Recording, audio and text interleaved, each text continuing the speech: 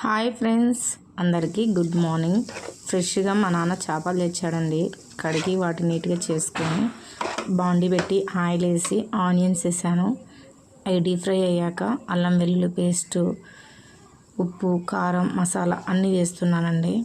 ఫ్రెష్గా అల్లం వెల్లుల్లి పేస్ట్, కొత్తిమీర కలిపి మిక్సీకి వేసుకున్నాను. చింతపండు నానబెట్టాను, ఎందుకంటే చింతపండే కదా మెయిన్ ముఖ్యం చేపల పులుసు కావాలని బాగా నానబెట్టానండి. ఇవి మసాలా మొత్తం వేగిన తర్వాత ఆయిల్ పైకి తేలుతూ ఉంది చూడండి. మంచి కన్సిస్టెన్సీ వచ్చేంత వరకు వెయిట్ చేస్తున్నాను. బాగా కుక్ అయిన తర్వాత ఫ్రెష్గా కడిగిపెట్టిన చేపల్ని మసాలాలో వేస్తున్నాను ఫ్రెండ్స్. చూడండి ఎంత పెద్దగా ఉన్నాయి ముక్కలు. మినిమం ఇది 5 to 6 కిలోస్ ఉండిందంట. చింతపండు గ్రేవీ కూడా వేసాను ఫ్రెండ్స్. చిక్కగా ఉన్నది కొద్దిగా పలతగా అయింది. మళ్ళీ చిక్కగా అయ్యేంత వరకు వేస్తున్నాను. ఆయిల్ బాగా పైకి తేలుతూ ఉంది చూడండి ఫ్రెండ్స్. మంచి కన్సిస్టెన్సీ వస్తుంది.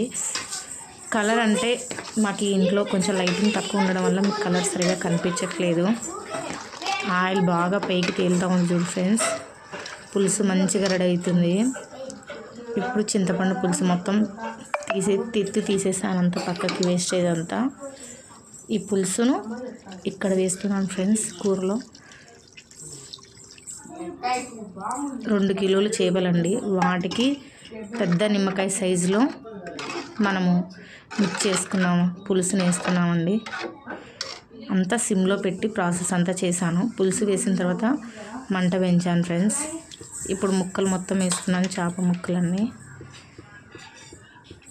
నేనైతే ఫస్ట్ టైం చేస్తున్నాను ఇంతలా చేప ముక్కలు, అంటే 2 కిలోస్కి.